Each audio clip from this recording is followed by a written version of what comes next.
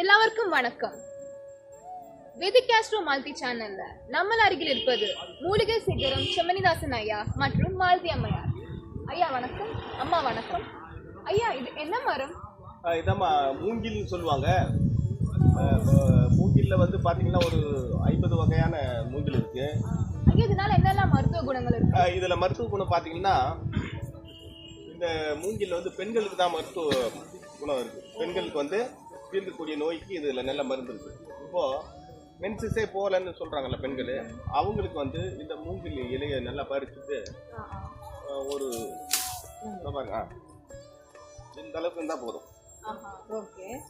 இந்த அளவுக்கு எடுத்துட்டு இதுல வந்து கொஞ்சம் மிளகு, சீரகம், பச்சை பருப்பு வச்சு அம்மியில அரைக்கணும். மிக்சியெல்லாம் அரைக்காது. மிக்சியில வந்து இதுவா அரைக்கணும். அம்மியில வச்சு நல்லா அரைக்கணும். நைஸா அரைக்கணும். நைஸா, ஓகே. அரைச்சிட்டு காய்ச்சின பால்ல போட்டு இதை நல்லா அப்படியே கலக்கணும். கலக்கிட்டு வடிகட்டி குடிச்சிடணும். அந்த மாதிரி ஒரு 4 நாள் குடிச்சா போதும்.